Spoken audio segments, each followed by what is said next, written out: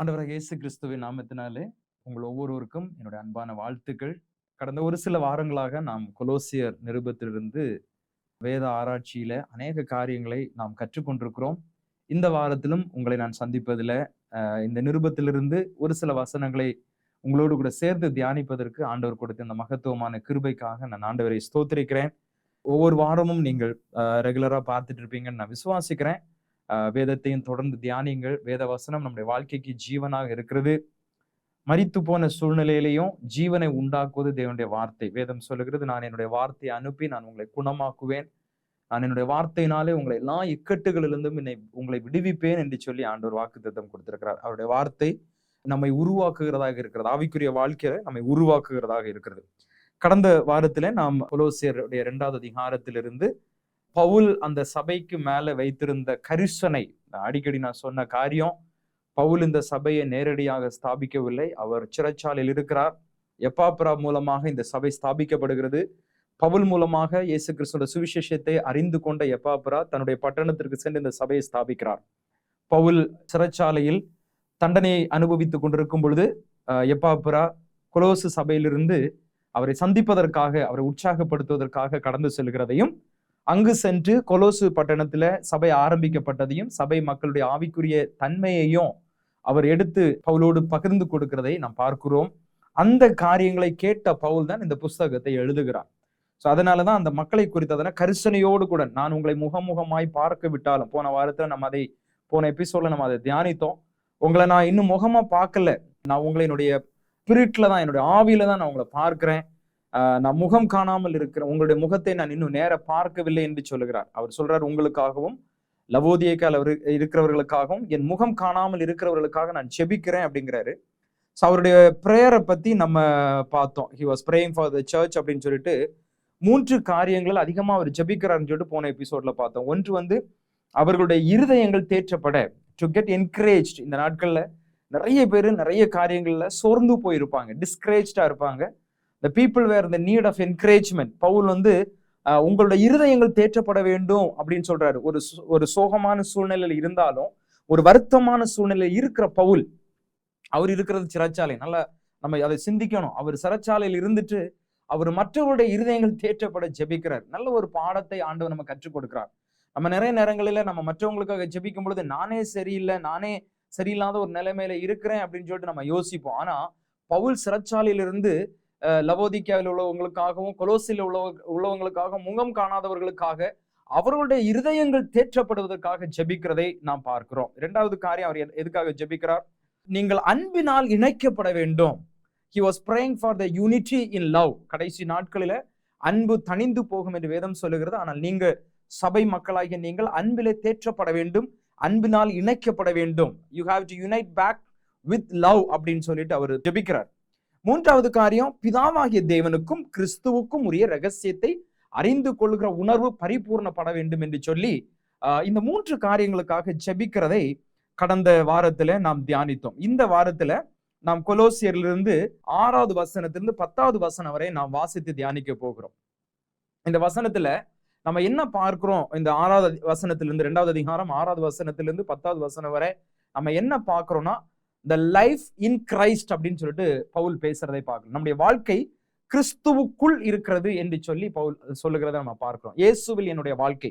இந்த வசனங்களை நான் உங்களுக்காக வாசிக்கிறேன். அதற்கு பின்பு ஒரு சில காரியங்களை நம்ம இந்த வசனத்தின் அடிப்படையில், இந்த 4 வசனங்களினுடைய அடிப்படையில் நம்ம தியானிக்க போகிறோம்.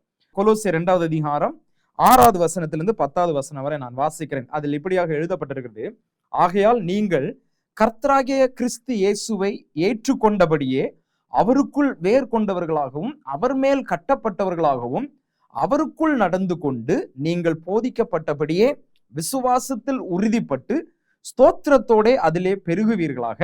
லௌகீக ஞானத்தினாலும் மாயமான தந்திரத்தினாலும் ஒருவனும் உங்களை கொள்ளை கொண்டு போகாதபடிக்கு எச்சரிக்கையாயிருங்கள். அது மனுஷர்களின் பாரம்பரிய நியாயத்தையும் உலக வழிபாடுகளையும் பற்றினதே அல்லாமல் கிறிஸ்துவை பற்றினதல்ல. ஏனென்றால் தேவத்துவத்தின் பரிபூர்ணம் எல்லாம் சரீர பிரகாரமாக அவருக்குள் வாசமாயிருக்கிறது. மேலும் சகல துரைத்தனங்களுக்கும் அதிகாரத்திற்கும் தலைவராய் இருக்கிற அவருக்குள் நீங்கள் பரிபூர்ணம் உள்ளவர்களாய் இருக்கிறீர்கள். மிகவும் மிகவும் முக்கியமான ஒரு காரியத்தை பவுல் இந்த இடத்துல ரெண்டு காரியங்கள் அவர் பேசுறாரு. நீங்க இயேசுக்குள்ள எப்படி இருக்கிறீங்க, இயேசு கிறிஸ்து எப்படி இருக்கிறார், இந்த ரெண்டு காரியத்தையும் அவர் பேசுறாரு. தெய்வத்துவத்தை பத்தி, இயேசு கிறிஸ்துவுக்குள் இருக்கிறதான அந்த தெய்வத்துவத்தையும் நம்ம கிறிஸ்துவுக்குள் எப்படி இருக்கிறோம் என்பதையும் ரெண்டு காரியத்தையும் அவர் பேசுறார். அதனாலதான் நான் ஆரம்பிக்கும் பொழுது சொன்னேன், எ லைஃப் இன் கிரைஸ்ட், இயேசுவில் என் வாழ்க்கை. சோ இதுல என்ன பேசுறாரு? முதலாவது அவர் பேசுறாரு, நீங்கள் ஏற்றுக்கொண்டபடியே, you have received Christ Jesus as the Lord and Savior அப்படின்னு நம்ம பார்க்கிறோம். ஆண்டவராய் இயேசு கிறிஸ்துவை நம்ம 1வது அதிகாரத்துல பார்த்தோம். நம்ம துர்க்கிரியைகளினால, மனதில துர்க்கிரியைகளினால தேவனுக்கு சத்துருக்களாய், அந்நியர்களாய் வாழ்ந்து கொண்டிருந்தோம். அதான் நம்முடைய பாஸ்ட் லைஃப், நம்முடைய கடந்த காலம். அந்த கடந்த காலத்துல தேவனுக்கு பிரியமில்லாதவர்களாய், தேவனுக்கு சத்துருக்களாய், மனதில துர்க்கிரியைகளை செய்து வாழ்ந்து கொண்டிருந்த நம்ம, இயேசு கிறிஸ்து அவருடைய மாம்சத்தில் அடைந்த மரணத்தினாலே, அவர் சிந்தின இரத்தத்தினாலே அவர் நம்மளை குற்றமற்றவர்களாக, அவருடைய பிள்ளைகளாக, பிதாவுக்கு முன்பாக நிறுத்தக்கூடிய ஒப்புரவாக்குதலின் ஊழியத்தை அவர் செய்தார் என்று சொல்லி 1வது அதிகாரத்துல பவுல் எழுதி இருக்கிறதை நாம் தியானித்தோம். இந்த நாட்களில ஆண்டவரை நாம் என்னுடைய சொந்த இரட்சகராக, என்னுடைய கடவுளாக, என்னுடைய ஆண்டவராக நான் ஏற்றுக்கொண்டிருக்கிறேன். அதான் நம்முடைய ஒவ்வொரு கிறிஸ்தவனுடைய முதல் படி, அதாவது அந்த ஃபர்ஸ்ட் ஸ்டேஜ் அப்படின்னு நம்ம சொல்லுவோம். இந்த ஃபர்ஸ்ட் ஸ்டேஜ், இயேசுதான் என்னுடைய ஆண்டவர், அவர் தான் எனக்காக மரித்திருக்கிறார், என்னுடைய பாவங்கள் மன்னிக்கப்பட்டிருக்கிறதுக்காக இயேசு கிறிஸ்து சிலுவையில தன்னுடைய இரத்தத்தை சிந்திருக்கிறார், அவராலே மாத்திரம்தான் ரட்சிப்பு, அவர் இல்லாம எதுவுமே இல்லை, அவர் தான் வழி, சத்தியம், ஜீவன் அப்படின்னு சொல்லிட்டு நம்ம அவரை ஏற்றுக்கொண்டிருக்கிறோம். யோவான் 1வது அதிகாரம் 12வது வசனத்துல, அவருக்கு நாமத்தின் மேல் விசுவாசம் உள்ளவர்களாகி அவரை ஏற்றுக்கொள்ளுகிறவர்கள் எத்தனை பேர்களோ அத்தனை பேர்களும் அவருடைய பிள்ளைகளாக முடியாத அதிகாரத்தை கொடுத்தார். அதான் ஃபர்ஸ்ட் ஸ்டேஜ். நம்ம அவரை ஏற்றுக்கொண்டிருக்கிறோம், என்னுடைய கடவுளாக, என்னுடைய ஆண்டவராக, என்னுடைய தேவனாக, என்னுடைய இரட்சகராக நான் ஏற்றுக்கொண்டிருக்கிறேன். சோ அவர் என்னை அவருடைய குமாரனாக என்னை ஏற்றுக்கொண்டிருக்கிறார். அதான் வித்தியாசம். நான் இந்த உலகத்திற்குரியான வாழ்ந்து கொண்டிருந்தேன், பாவத்துல வாழ்ந்து கொண்டிருந்தேன். என்னை இயேசு கிறிஸ்து அவர் என்னுடைய ஆண்டவராக, என்னுடைய இரட்சகராக நான் ஏற்றுக்கொண்டிருக்கிறேன். அவர் என்னை அவருடைய சுதந்திரவாளியாக, அவருடைய பிள்ளையாக என்னை ஏற்றுக்கொண்டிருக்கிறார். அந்த காரியத்தை அவர் சொல்லுகிறார். 2வது, ஆண்டவர் என்னுடைய இரட்சகராக எப்படி இருக்காருன்னா, he saved me from sin and wrath of God அப்படின்னு போட்டிருக்கு. சோ அவர் என்னுடைய பாவங்களிலிருந்தும் தேவனுடைய கோபாக்கினையிலிருந்தும் என்னை மீட்டு கொண்டவர். தேவனுடைய கோபாக்கினை என்ன? பாவத்தின் சம்பளம் மரணம். பாவம் செய்தவன் மரணத்தை அனுபவிக்க வேண்டும் என்று வேதம் சொல்லுகிறது. அது நியாயப்பிரமாணம், லா, கடவுள் கொடுத்த நியாயப்பிரமாணம். சோ இஸ்ரவேல் ஜனங்கள் பாவம் செய்ததற்கான தண்டனைகளையும் அவருடைய வாழ்க்கையில் அவர்கள் அனுபவித்தார்கள் என்று சொல்லி வேதத்தில் எழுதப்பட்டிருக்கிறது. ஆதாம் ஏவாள் பாவம் செய்யும் பொழுது தேவனுடைய கோபாக்கினை அவர்கள் மேல வந்ததுனால தேவனுடைய சமூகமாகி அந்த தோட்டத்துல அவர்களால் இருக்க முடியவில்லை. அந்த தோட்டத்திலிருந்து அவர்களை துரத்தி விடுகிறார், கோபாக்கினையின் தேவனாக செயல்படுகிறார். ஆனா இயேசு கிறிஸ்து உலகத்துல வந்தது நிமித்தமாய் அந்த கோபாக்கினையில் பாவத்தின் நிமித்தமாக உண்டாகிற மரணத்திலிருந்து, அந்த சாபத்திலிருந்து ஆண்டவராய் இயேசு கிறிஸ்து என்னை மீட்டு கொண்டார். அதனாலதான் அவரை நாம் இரட்சகர் என்று நம்ம சொல்லுகிறோம். சோ இதுதான் நம்முடைய ஃபர்ஸ்ட் ஸ்டேஜ். அவரை நான் என்னுடைய ஆண்டவராக ஏற்றுக்கொண்டிருக்கிறேன், அவர் என்னை அவருடைய பிள்ளையாக ஏற்றுக்கொண்டிருக்கிறார். 2வது காரியம், அவர் என்னுடைய பாவத்திலிருந்து என்னை மீட்டு கொண்டிருக்கிறேன், ரட்சித்திருக்கிறார். ஒரு ரட்சிப்பின் வஸ்திரத்தை எனக்கு கொடுத்திருக்கிறார். நான் இனி பாவி அல்ல, என் மேல இருந்த பாவ வஸ்திரம் நீக்கப்பட்டு என் மேல இருந்திருக்கிற அந்த சிவப்பான இரத்த வஸ்திரம், பாவத்தின் நிமித்தமாக உண்டான அந்த இரத்த வஸ்திரம் என்னை விட்டு நீக்கப்பட்டு பரிசுத்தமான வெண்மையான ரட்சிப்பின் வஸ்திரமாக ஆண்டவர் எனக்கு கொடுத்திருக்கிறார். அதுதான் என்னுடைய தகுதி, அவருடைய பிள்ளை என்கிற தகுதி. சோ 2வது ஸ்டேஜ் என்னது அப்படின்னா, அவர் 3 காரியங்களை இதுல எழுதுகிறார். 6வது வசனத்துல நம்ம பார்க்கிறோம். முதலாவது walk in God, walk in him அப்படிங்கிறாரு. இயேசுவோடு கூட நீங்க நடக்கணும் அப்படிங்கிறாரு. அதான் இயேசு கிறிஸ்து சீஷர்கிட்ட சொல்லும் பொழுது சொல்லுகிறாரு, நம்ம லூக்கால வாசிக்கலாம், ஒருவன் என்னை பின்பற்றி வர விரும்பினால் தன்னைத்தான் வெறுத்து தன் சிலுவை எடுத்துக்கொண்டு அனுதினமும் என்னை பின்பற்றி வர கடவன் என்று சொல்கிறார். சோ வாக் இன் ஹிம், ஆண்டவரோடு கூட நடக்கிற சீஷர்களை 12 பேர்களை அவர் தெரிந்து கொண்டது தம்மோடு கூட இருக்கும்படியாக அவர் தெரிந்து கொண்டார். அப்ப 2வது ஸ்டேஜ், நான் இயேசு கிறிஸ்துவை ஏற்றுக்கொண்டிருக்கிறேன், அவருடைய பிள்ளை, அவர் என்ன கடவுள், அப்படி அதோட நம்ம நிறுத்தி விடாதபடி நான் அவரோடு கூட நடக்க வேண்டும். அதான் பவுல் கொலோசி சபைக்கு கொடுக்கிற ஆலோசனை. நீங்க இயேசு கிறிஸ்து அறிந்ததோடு மட்டும் இருந்துராதீங்க. இந்த வேத ஆராய்ச்சியை கேட்கிற ஒவ்வொருவரும் நம்முடைய வாழ்க்கையை நம்ம ஆராய்ந்து பார்க்கணும். நம்ம என்ன ஸ்டேஜ்ல நம்ம இருக்கிறோம். நான் சர்ச்சுக்கு போறேன், ஆண்டவரை நான் ஆராதிக்கிறேன், காணிக்க கொடுக்குறேன், ஊழியர்களை நான் கவனிக்கிறேன். சோ இதுதான் நம்முடைய ஸ்டேஜா? இல்ல அடுத்து இயேசு கிறிஸ்துவோடு கூட நடக்கிறேனா? அவர் சொல்றாரு, அவரோடு கூட நீங்க நடக்கணும் அப்படின்னு சொல்ற. 2வது, ரூட்டட் இன் ஹிம், அவருக்குள் வேர் கொண்டவர்களாக. லூக்கா 8வது அதிகாரத்துல வாசிக்கும் போது ஆண்டவர் ஒரு ஓமையை சொல்லுகிறார். விதைக்க போனவனுடைய விதைக்கிறவனுடைய கரத்திலிருந்து ஒரு சில விதைகள் கற்பாறையின் மேல் விதைக்கப்படுகிறது. அந்த கற்பாறையின் மேல் விதைக்கப்பட்ட கடினமுள்ள இருதயமாகிய கற்பாறையின் மேல விதைக்கப்பட்டதான அந்த விதை முளைக்கிறது. ஆனால் வேர் கொள்ள முடியாதபடி, கீழே அதுக்கு ஈரப்பதம் இல்லாத காரணத்தினால வேர் கொள்ள முடியாதபடி அந்த மரம், அந்த செடி பட்டு போகிறது, உலர்ந்து போகிறது என்று சொல்லி ஆண்டவர் உவமையாக அந்த விதையின் கதையை சீஷர்களுக்கு எடுத்துரைக்கிறதை நாம் பார்க்க முடியும். சோ இங்க பவுல் சொல்றாரு, நீங்கள் வேறு ஊன்றினவர்களாக நீங்கள் இருக்க வேண்டும். என்னுடைய வாழ்க்கை வேறு ஊன்றினதாக இருக்க வேண்டும். முதலாவது, நான் அவரோடு கூட நடக்க நடக்க நடக்க என்னுடைய வாழ்க்கை ரூட் அது ரொம்ப ஸ்ட்ராங். என்ன எது வந்தாலும் என்னை அசைக்காது. சோ சீஷர்கள் இயேசு கிறிஸ்துவோடு கூட யாத்திரை செய்கிறார்கள். காற்று அடிக்கிறது, கடல் கொந்தளிக்கிறது, அவர்களுக்குள்ள ஒரு மரண பயம் இருக்கிறது. இயேசுவோடு கூட தான் இருக்கிறாங்க. ஆனா ஆண்டவர் அந்த காற்றையும் கடலையும் அதட்டி விட்டு திரும்பி பார்த்து, அற்ப விசுவாசிகளே, உங்களுடைய விசுவாசம் எங்க அப்படின்னா, அவங்க they were not rooted, they were with Jesus Christ but they were not rooted in him. அவரோடு கூட நடக்கிறாங்க, அவரோடு கூட தான் பிரயாணம் பண்ணுகிறாங்க, ஆனா அவங்க இயேசுக்குள்ள வேறு ஒன்றப்படவில்லை. சோ நான் முதலாவது சொன்னேன், இயேசுவை ஏற்றுக்கொண்டிருக்கிறோம், இயேசுவோடு கூட நடக்கிறோம், இயேசுக்குள் நாம் வேறு ஒன்றப்பட்டவர்களாய் காணப்பட வேண்டும். அதற்கு பின்பாக அவர் எழுதுகிறார், அவர் மேல் கட்டப்பட்டவர்களாக. ஒவ்வொரு நாளும் ஏன் நம்ம வேதத்தை ஒவ்வொரு நாளும் வாசிக்கணும், ஏன் நம்ம ஜெபிக்கணும், ஏன் நம்ம வாசிக்கணும்? என்னுடைய வாழ்க்கை அவர் மேல் கட்டப்பட்ட, பவுல் அடிக்கடி சொல்வார், அஸ்திபாரமாகிய கிறிஸ்துவின் மேல் கட்டப்பட்டவர்களாக நீங்கள் இருங்கள் என்று சொல்லி. இயேசு கிறிஸ்து தன்னுடைய வாழ்க்கையை we are adopted people, adopted son and daughter அப்படின்னு வேதம் சொல்லுகிறது. நம்மை பிசாசுடைய கரத்திலிருந்து ஆண்டவர் நம்மை தத்தெடுத்திருக்கிறார். தத்தெடுப்பதற்கான கூலி என்ன கொடுத்தாரு அப்படின்னா, இயேசு கிறிஸ்துவோட ஜீவனை கொடுத்திருக்கிறார். ஜீவனை கொடுத்து அவர் அந்த அடித்தளமாக தன்னுடைய ஜீவனையே ஒரு ஃபவுண்டேஷனாக போட்டிருக்கிறார். அதுக்கு மேலதான் என்னுடைய வாழ்க்கை எதுல கட்டப்பட்டிருக்குன்னா, இயேசு கிறிஸ்துவனுடைய மரணத்தின் மேல் கட்டப்பட்டிருக்கிறது. அவருடைய சாக்ரிஃபைஸ், அந்த விடுதலை அப்பதான் என்னுடைய வாழ்க்கையில் அந்த முழுமையான விடுதலையை நாம் அனுபவிக்க முடியும். 3 காரியங்கள் அவர் எழுதுறார். 1, இயேசுவோடு கூட நடக்க வேண்டும், இயேசுக்குள் வேரூன்றப்பட வேண்டும். 3வது, இயேசுவின் மேல் கட்டப்பட வேண்டும். இதுதான் the second stage அப்படிங்கிறது. அவரோடு கூட நடக்கிறது எப்படின்னா, நான் இப்படியாக எழுதின, the more closely we walk with Christ, the more we are rooted and established in the faith அப்படின்னு நான் எழுதுறேன். அதோட அர்த்தம் என்ன அப்படின்னா, எவ்வளவு நம்ம ஆண்டவரோடு கூட நடக்கிறோமோ அவ்வளவு தூரம் நம்ம வேரூன்றப்படுவோம், நம்முடைய விசுவாசம் நமக்குள்ள பெருகும். 7வது வசனத்துல அவர் எழுதுறாரு, நீங்கள் போதிக்கப்பட்டபடின்னா எப்பவுமோ ஒரு போதிக்கப்பட்டதல்ல, ஒவ்வொரு நாளும் கேட்டுக்கொண்டிருக்கிற போதனைகள், சத்தியம், அது என்ன செய்கிறதா, விசுவாசத்தில் உறுதிப்பட வைக்கிறது. அப்ப என்னுடைய விசுவாசம் எப்போ உறுதிப்படும்? ஒவ்வொரு நாளும் தேவனுடைய சத்தியத்தை நான் கேட்க வேண்டும்.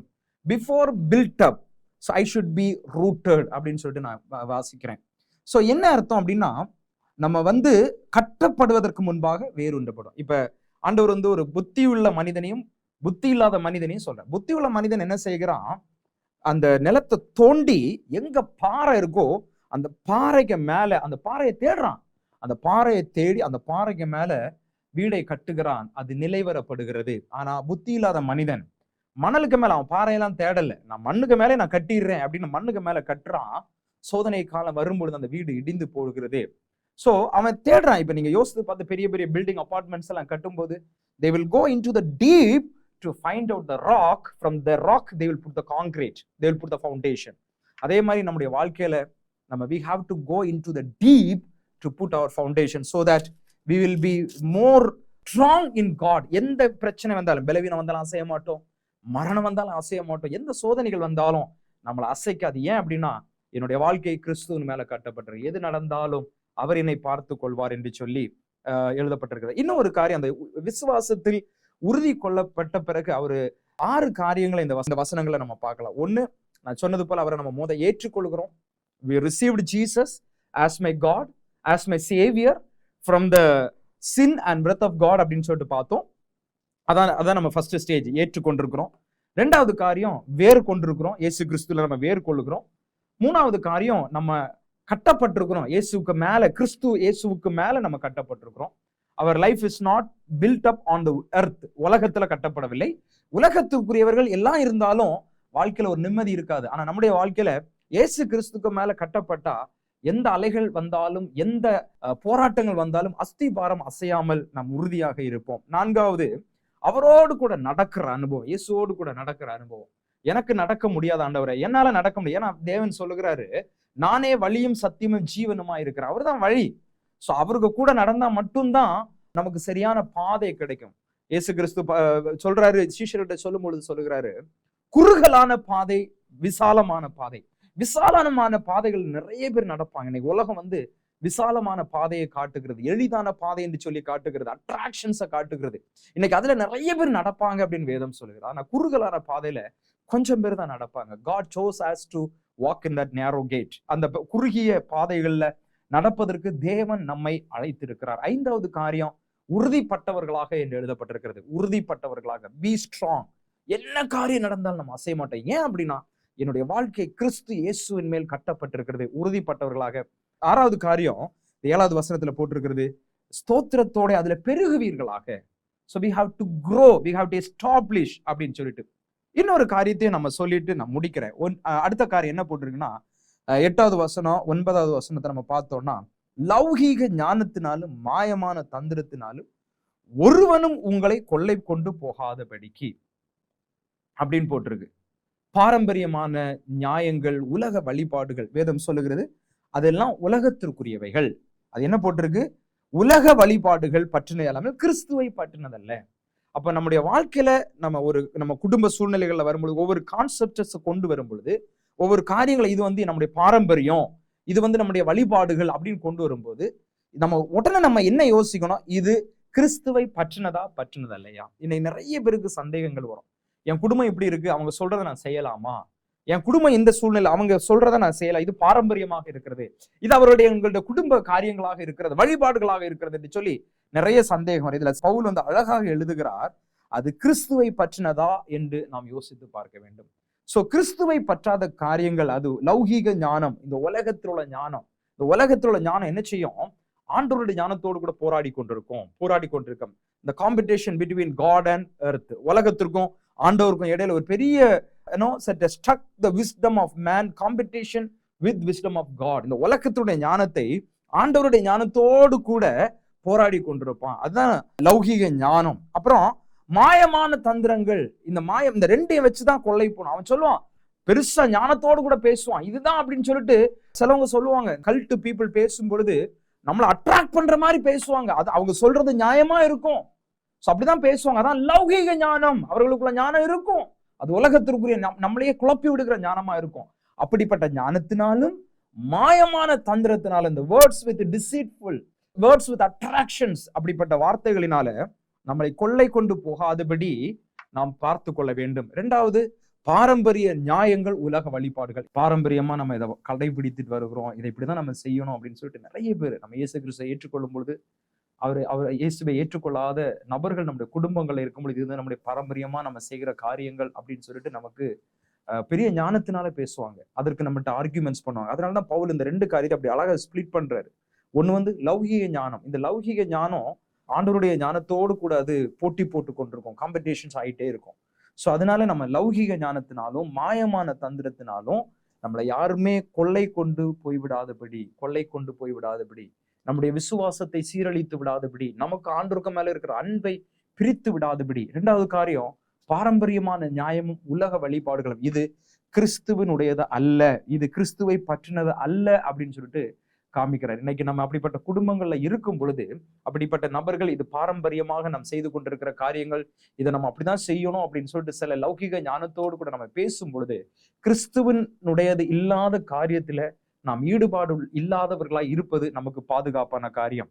அதற்கு பவுல் வந்து 2 வசனங்களை வந்து நமக்கு வேறு புஸ்தகங்களை எழுதியிருக்கிறார். ஒன்று வந்து, இது சாத்தான் எப்படி இந்த காரியங்களை யூஸ் பண்ணுகிறான், நம்மளை வஞ்சிப்பதற்காக, நம்மளை ஏமாத்துவதற்காக, அந்த லௌகீக ஞானத்தினாலும் பாரம்பரிய நியாயத்தினாலும் உலக வழிபாடுகளினாலும் நம்மளை ஏமாத்துவதற்கு பிசாசு என்ன செய்கிறான்னு சொல்லிட்டு 2 கொரிந்தியர் 11வது அதிகாரம் 3வது வசனம் இப்படியாக எழுதப்பட்டிருக்கிறது. ஆகிலும் சர்ப்பமானது தன்னுடைய தந்திரத்தினாலே ஏவாளை வஞ்சித்தது போல உங்கள் மனதும் கிறிஸ்துவை பற்றிய உண்மை நின்று விலகும்படி கெடுக்கப்படுமோ என்று பயந்திருக்கிறேன் அப்படின்னு எழுதுறாரு. சோ சர்ப்பம் தன்னுடைய தந்திரத்தினாலே, நீங்க ஏதேன் தோட்டத்துல நம்ம பார்க்கும் பொழுது ஆண்டவர் ஆதாமையும் ஏவாளையும் படைத்து அழகான ஒரு குடும்பமாக படைத்து வைத்திருக்கிறார்.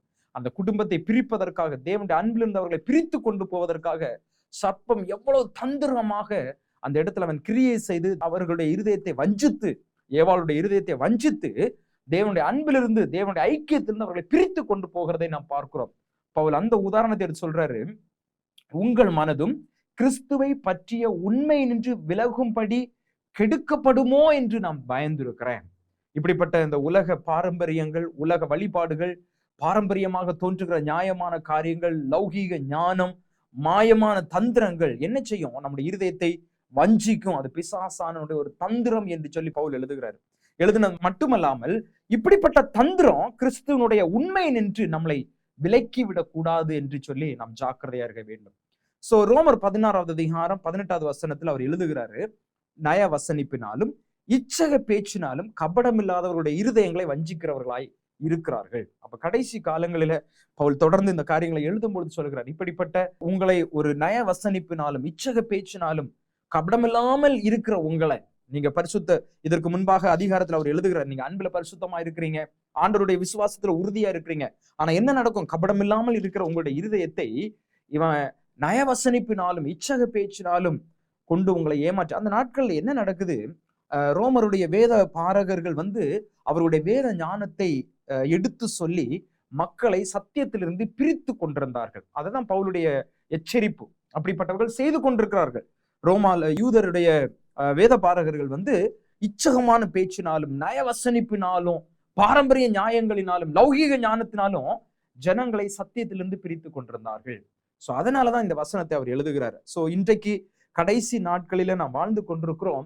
நம்மளையும் இந்த 4 வார்த்தைகள், ஒன்று லௌகீக ஞானம். இந்த உலகத்துல இன்னைக்கு டெக்னாலஜி வேர்ல்டுல இருக்கும், எல்லாமே ஞானம் பெருகி இருக்கிறதை போல தோன்றுகிறது. ஆனால் அப்படிப்பட்டதான ஞானம் தேவனுடைய அன்பிலிருந்து நம்மை பிரித்து கொண்டு போகாதபடி மாயமான தந்திரங்கள், இன்றைக்கு நிறைய காரியங்களுக்கு அட்ராக்ஷன்ஸ், மாயமான தந்திரங்கள் எல்லாம் அது பக்கத்துல வரும்போது ஒன்றும் இல்லை, ஆனா வெளியில இருக்கும்போது பயங்கர அட்ராக்டிவா இருக்கும். அப்படிப்பட்ட மாயமான தந்திரங்கள் நம்ம விழுந்து போகாதபடி பாரம்பரிய நியாயங்கள், பாரம்பரியமாக இதை நம்ம கடைபிடித்து வருகிறோம், பாரம்பரியமாக இதை நம்ம செய்து கொண்டிருக்கிறோம், நம்ம அப்படிதான் செய்யணும் அப்படின்னு சொல்லிட்டு பாரம்பரிய நியாயங்களில நம்ம சிக்கி விடாதபடி, கிறிஸ்துவை பற்றினது அல்லாமல் உலக வழிபாடுகள் நம்ம விழுந்து விடாதபடி, இப்படிப்பட்ட காரியங்கள் நாம் வஞ்சிக்கப்படாதபடி நாம் மிகுந்த ஜாக்கிரதை உள்ளவர்களாய் இருக்க வேண்டும் என்று சொல்லி பவுல் சொல்றார். கடைசியாக தேவனுடைய இயேசு கிறிஸ்துவுக்குள் இருக்கிறதான அந்த தேவத்துவத்தை அவர் எழுதுகிறார். இந்த 9வது வசனத்தையும் 10வது வசனத்தையும் நம்ம பார்த்தோம் அப்படின்னா, ஏனென்றால் தேவத்துவத்தின் பரிபூர்ணம் எல்லாம் சரீர பிரகாரமாக